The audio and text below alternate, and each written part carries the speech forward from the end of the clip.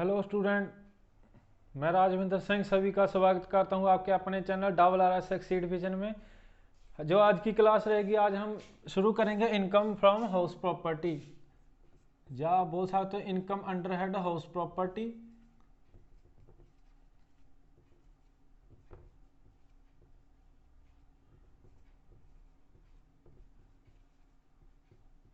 Income from house property. Class शुरू करने से पहले आपसे रिक्वेस्ट है कि आप इस चैनल को सब्सक्राइब करें और वीडियो को पूरा देखें और वीडियो को ज़्यादा से ज़्यादा शेयर एंड लाइक करें। हम शुरू कर रहे हैं income from house property. Income from house property क्या है, इसका कैसे ट्रीटमेंट होगा। जो हमारा इनकम टैक्स एक्ट है ना, income tax act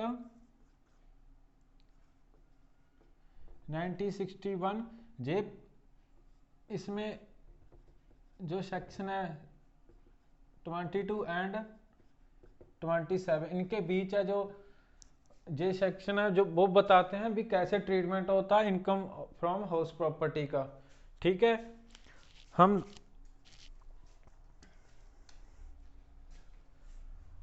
income from house property इसको कैसे निकालेंगे या कैसे इसका ट्रीटमेंट होगा, वो क्या कौन से सेक्शन है, सेक्शन 22 से लेके सेक्शन 27 तक। ठीक है, और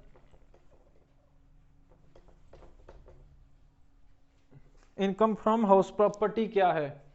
अगर कोई भी एनुअल वैल्यू है मकान की, annual value of building, annual value of building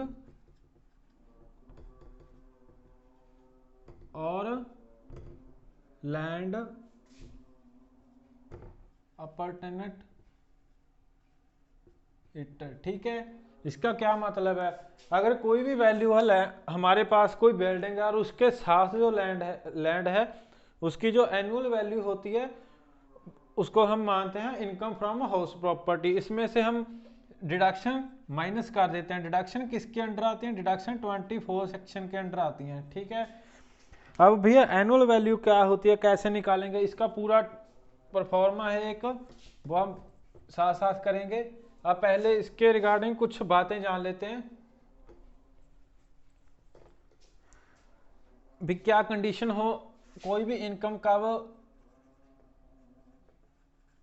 condition क्या है, कोई भी इनकम का वो इस हेड के अंडर आएगी, चार्ज होगी। क्या कंडीशन है, पहली क्या, एक तो वो हाउस प्रॉपर्टी हो। ठीक है, हाउस प्रॉपर्टी और लैंड अपर टेनेंट इनटू।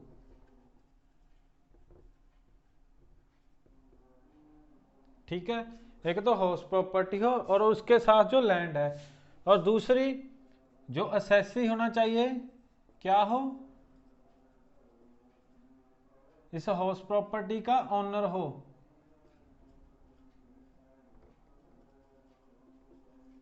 क्या हो, हाउस प्रॉपर्टी का ओनर हो।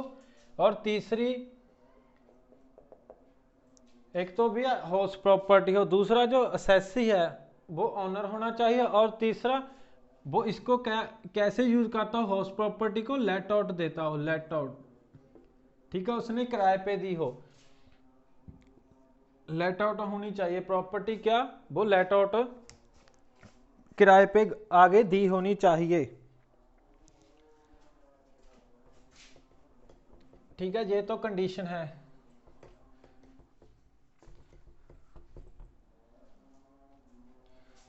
अब अगर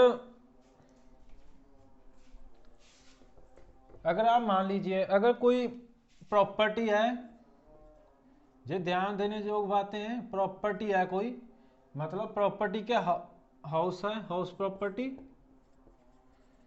अब जो इसका मालिक है, जिस एसएससी की बात कर रहे हैं, जो ओनर है, अगर वो इसको खुद के ऑन बिजनेस के लिए यूज कर रहा है, क्या यूज कर रहा है, तो क्या इस हेड में आएगी, ये जो इनकी इनकम आएगी क्या इस हेड में आएगी, नहीं जी। ये या तो ये क्या हो जाएगी, इनकम फ्रॉम अदर सोर्सेज हो जाएगी, या बिजनेस एंड प्रोफेशन में आ जाएगी, profit and gain of business and profession. ठीक है, अगर वो ऑन यूज कर रहा है, अगर मान लीजिए जो असेसी है, जो ओनर है घर का, उसका बिजनेस है किराए पे मकान देना उसका बिजनेस है, किराए के मकान देना, ठीक है, किराए पे मकान देना उसका बिजनेस है, तो इसकी क्या इनकम होगी ये आएगी अंडर हेड हाउस प्रॉपर्टी में, ठीक है भाई।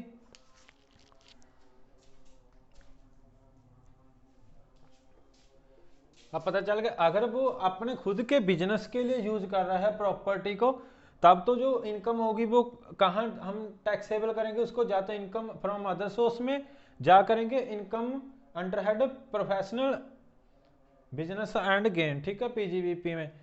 और अगर वो उसका काम ही ये है, उसने घर बनवाए हुए, कई घर बनवाए उनको किराए पे ही देता है, तो वो कहाँ टैक्सेबल होगा, जो इनकम अंडर हेड प्रॉपर्टी में होगा, हाउस प्रॉपर्टी में,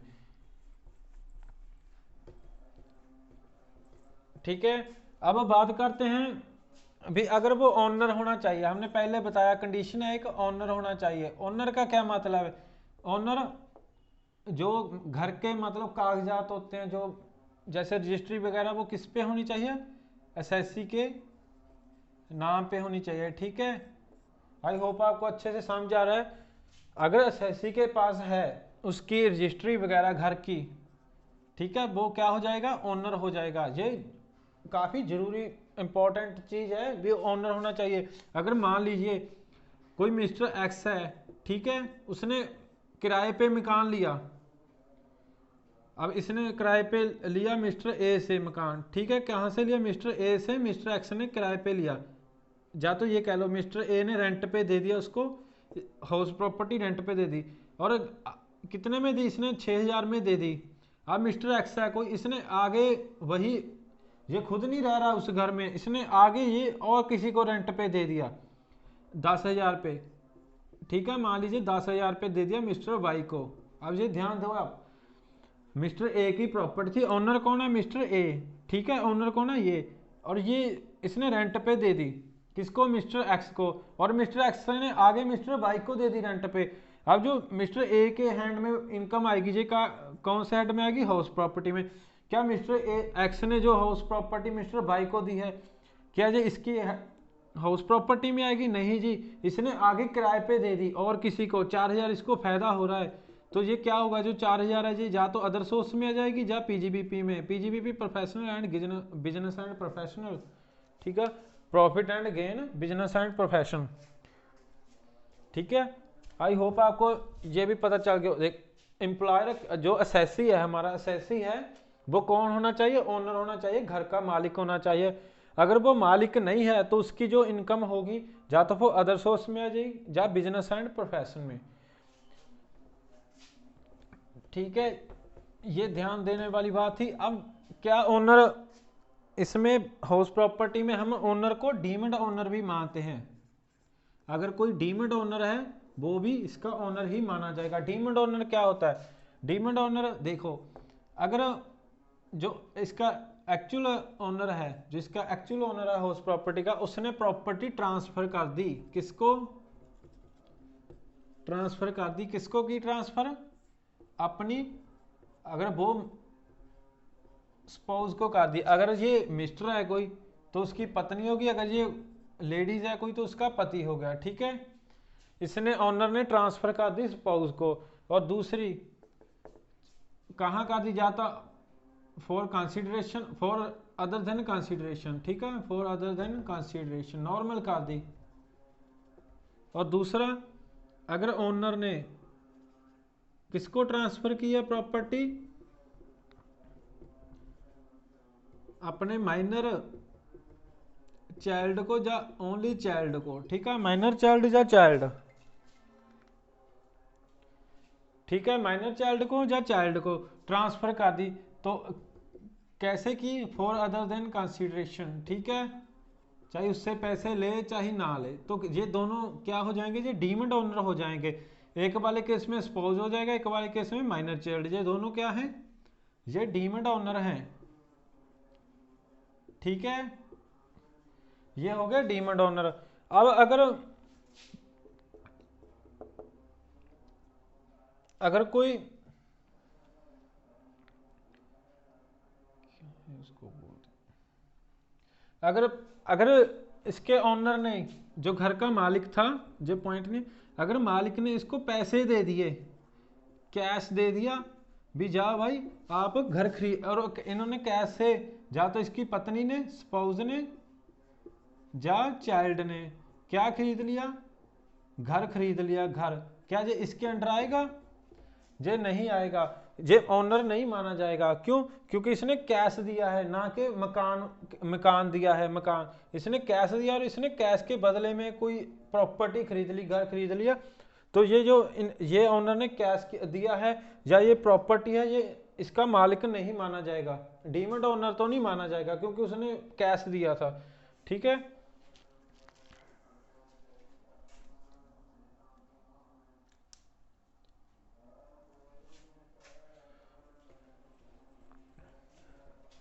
अब तीसरा है कोऑपरेटिव सोसाइटी। अगर भैया कोऑपरेटिव सोसाइटी, ठीक है, ने मतलब अपने मेंबर को क्या दिया है? मकान दिया है, मेंबर को मकान दिया है, तो उसका जो मेंबर होगा कोऑपरेटिव मेंबर, वो भी क्या माना जाएगा? डीमड ओनर माना जाएगा। वो चाहे वो अपने मकान को किराए पे दे, चाहे अपने पास रखे, वो उस घर का डीमड ओनर है। ठीक है, अब अगर कोई बंदा 12 साल से ऊपर रह गया,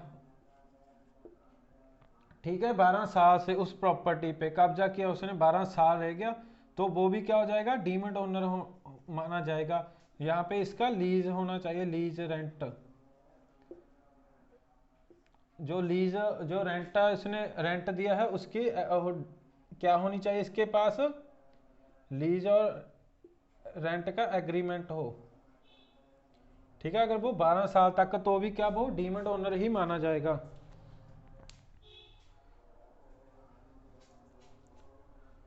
ठीक है, ये तो थे भाई डीमड ओनर।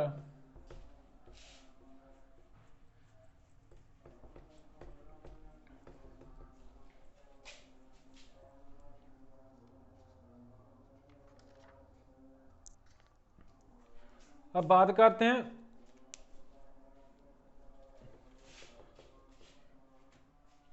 कहते हैं यूज ऑफ हाउस प्रॉपर्टी। इसका क्या मतलब है? जो हमारी प्रॉपर्टी होगी हाउस की, वैसे तो मैंने बता ही दिया, अभी पहले बताया है। अभी अगर वो ऑनर है, जो इसका हाउस प्रॉपर्टी का मालिक है, अगर वो अपने बिजनेस के लिए यूज कर रहा है, तो उसकी कहाँ ट्रीटमेंट होगा? जा तो इनकम फ्रॉम अदर सोर्स में होगा, जा income from profit and gain business of profession में होगा, पीजीबीपी में। अगर वो इसको किराए पे दे रहा है, रेंट पे दे रहा है प्रॉपर्टी को, तो वो क्या आ जाएगी? इनकम फ्रॉम अंडरहेड हाउस प्रॉपर्टी में आ जाएगी। ठीक है, अगर वो अपना बिजनेस कर रहा है उस पे, वो तब तो वो आ जाएगी इनकम फ्रॉम हाउस प्रॉपर्टी। अगर वो बिजनेस कर रहा है तो क्या आ जाएगी? इनकम फ्रॉम अदर सोर्स, जा पीजीबीपी में। अगर वो रेंट पे ही दे रहा है तो हाउस प्रॉपर्टी में आएगी। ठीक है, अगर भैया उसने, अगर ये घर उसने, मान लीजिए इसका कोई ऑनर का बिजनेस, ऑनर का कोई अपना खुद का बिजनेस है, उसमें क्या कर रहे हैं? एम्प्लॉय तो काम कर ही रहे होंगे, एम्प्लॉय काम कर रहे हैं। अगर इन एम्प्लॉय को रहने के लिए दे दीजिए जगह, और एम्प्लॉय से कुछ चार्ज कर रहे होंगे या नहीं, अगर एम्प्लॉय को इनके एम्प्लॉय को रहने के लिए दे दी, तो इस जो इसकी इनकम आएगी वो किस में आ जाएगी? इसमें ही आ जाएगी, प्रॉफिट एंड गेन और बिजनेस एंड प्रोफेशन में। ठीक है, क्योंकि ये इसके बिजनेस के रिलेटेड है। अब बात करते हैं मेन, ये तो थी कुछ टॉपिक जो हमें जरूरी है हाउस प्रॉपर्टी के जानने के लिए। अब बात करते हैं एनुअल वैल्यू, अभी ये कैसे निकाला जाता है। ठीक है, कैसे निकाला जाता है? एक तो होती है fair rental value. Fair rental value, इसका क्या मतलब है? फेयर रेंटल वैल्यू, वही देखो, अगर वो यहाँ पे मकान है और उसके साथ में भी मकान है, अगर ये मान लीजिए इसको पता नहीं कितना किराया दे जा, हमें पता ही नहीं, इसका दिया ही नहीं हुआ कुछ, अगर ये 15,000 ले रहा है पर मंथ, 15,000 तो ज़्यादा, 5,000 ले रहा है, 5,000 ये ले रहा है, और यहाँ पे पता चल गया हमें भी कितना किराया चल रहा है, 5,000 ही चल रहा है यहाँ पे, तो फेयर रेंटल वैल्यू क्या आ जाएगी? 5000 ही आ जाएगी, ठीक है। और उसके बाद होती है म्यूनसिपल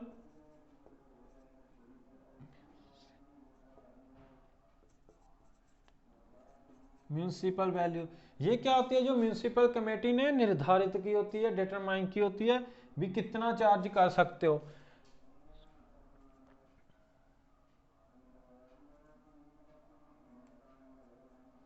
ठीक है, और इनमें से जो हाई होगा, ठीक है, जो हाई होगा वो क्या हो जाएगी हमारी, यहां पे लिख देंगे अमाउंट, ठीक है। फिर होता है एक standard rent, standard rental value, आप इसको रेंटल वैल्यू भी लिख सकते हो, रेंटल वैल्यू।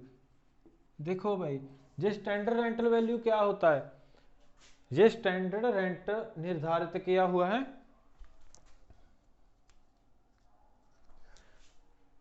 जो स्टैंडर्ड रेंट निर्धारित किया हुआ कौन सा एक्ट है, रेंट कंट्रोल एक्ट। अगर देखो, आप देखोगे अगर फेयर रेंटल वैल्यू दी गई है और म्यूनसिपल वैल्यू दी गई है, इनमें से जो हाई होगा वो हम लिख देंगे, लेकिन उसका कंपेयर करेंगे हम फिर स्टैंडर्ड रेंट से। भाई गवर्नमेंट कहते हैं इससे ज़्यादा नहीं ले सकते, तो ये स्टैंडर्ड रेंट इनमें से कंपेयर करके जो क्या आ जाएगा, लो, ठीक है, subject to standard rental value.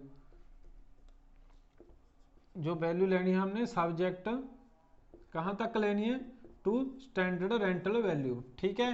पहले तो इनमें देखेंगे, अगर मान लीजिए इसकी एनुअल कितनी बनती है, एनुअल वैल्यू मान लो इसकी 1,80,000 बनती है, और जो म्यूनसिपल वैल्यू एनुअल ये कह रही है 1.5 लाख, ठीक है, और जो स्टैंडर्ड रेंटल वैल्यू ये कह रहा है 1,20,000।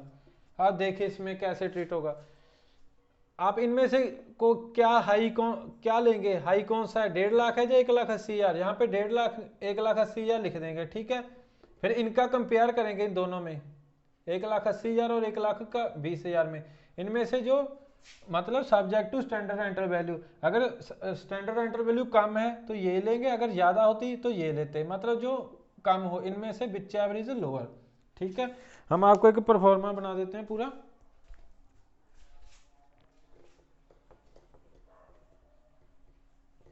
और कल हम इसके न्यूमेरिकल करेंगे। आज छोटा सा लेके आए थे क्लास आपके लिए, बस आपको नॉर्मल थ्योरी की मेन कुछ मेन इंपॉर्टेंट बातें बताने के लिए। अब देखिए हम यहाँ पे लिखेंगे, क्या लिखेंगे, फेयर नहीं, यहाँ पे लिखते हैं इनकम कंप्यूटेशन, कैसे निकालेंगे कंप्यूटेशन, ग्रॉस, जब ग्रॉस नहीं, computation income under head house property,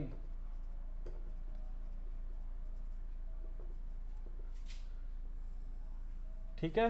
पहले हम लिखेंगे पॉइंट 1, क्या लिखेंगे, फेयर रेंटल वैल्यू, हमने बता दिया फेयर रेंटल वैल्यू क्या होती है,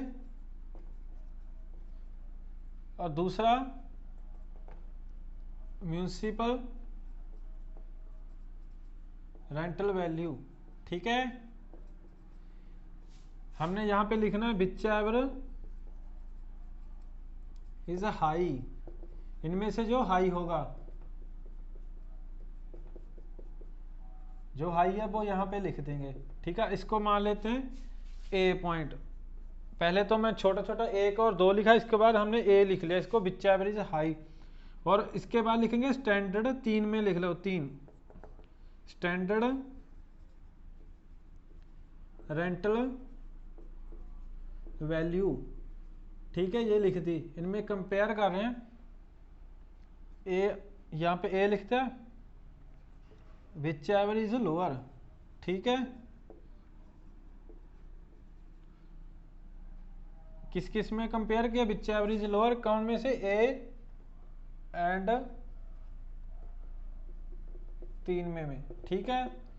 3 और ए के बीच में जो लोअर होगा उसकी वैल्यू यहाँ लिख देंगे, और उसके बाद ये क्या आ जाएगी, विच एवरेज लोअर, इसको क्या बोलते हैं हम, इसको बोलते हैं ग्रॉस एनुअल वैल्यू, ठीक है। इसमें से क्या लेस कर देंगे, म्यूनसिपल टैक्स, जहां पे लिख दिए। और ये क्या आ गई, नेट एनुअल वैल्यू, और इसमें से हम लेस कर देंगे स्टैंडर्ड डिडक्शन, जो कौन से हेड में आते हैं, अंडर सेक्शन, कौन से सेक्शन में आते हैं, 24। यहाँ पे लिख देंगे कौन कौन से हो गए, तो 30% है डायरेक्ट, और दूसरा इंटरेस्ट ऑन लोन। ठीक है, हम न्यूमेरिकल करेंगे फिर वहां पे आपको क्लियर हो जाएगा। और जो वैल्यू आ गई, ये क्या आ गई, टैक्सेबल वैल्यू, ये आ गई। ये तो था भैया परफॉर्म, यहाँ पे ये हमारा जो सिंपल परफॉर्मा है कैसे न्यूमेरिकल होते हैं। पहले तो हमें फेयर रेंटल वैल्यू दी जाएगी और उसके बाद म्यूनसिपैलिटी में कंपेयर करेंगे, और कंपेयर करके जो इनमें से हाई होगा, दोनों में से क्या होगा, हाई, और फिर जो वैल्यू आ गई इनका दोनों का कंपेयर करके इनमें से जो लो होगा, और फिर ये आगे ये क्या होती है, ग्रॉस एनुअल वैल्यू, इसमें से हम लेस कर देंगे म्यूनसिपल टैक्स, और फिर उसके जो हमारी वैल्यू है क्या आ गई, ये नेट एनुअल वैल्यू, फिर स्टैंडर्ड डिडक्शन है तो 30% होगी, एक इंटरेस्ट ऑन की, उसके बाद क्या है, taxable income under head house property. ठीक है,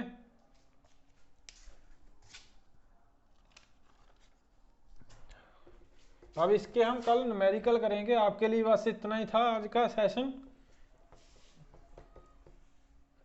कल जो बातें रह जाएंगी वो भी करेंगे, जो रह गई होगी इसमें से कुछ साथ साथ न्यूमेरिकल करेंगे, एक दो, और आपका ये चैप्टर कल कंप्लीट हो जाएगा। इतना बड़ा नहीं है, जो सभी जो प्रोविजन होगी कल वाले क्लास में पूरी कर देंगे हम। ठीक है, और आप इस चैनल को सब्सक्राइब करें और वीडियो को पूरा देखा करो भाई, शेयर भी किया करो वीडियो को और लाइक करा करो।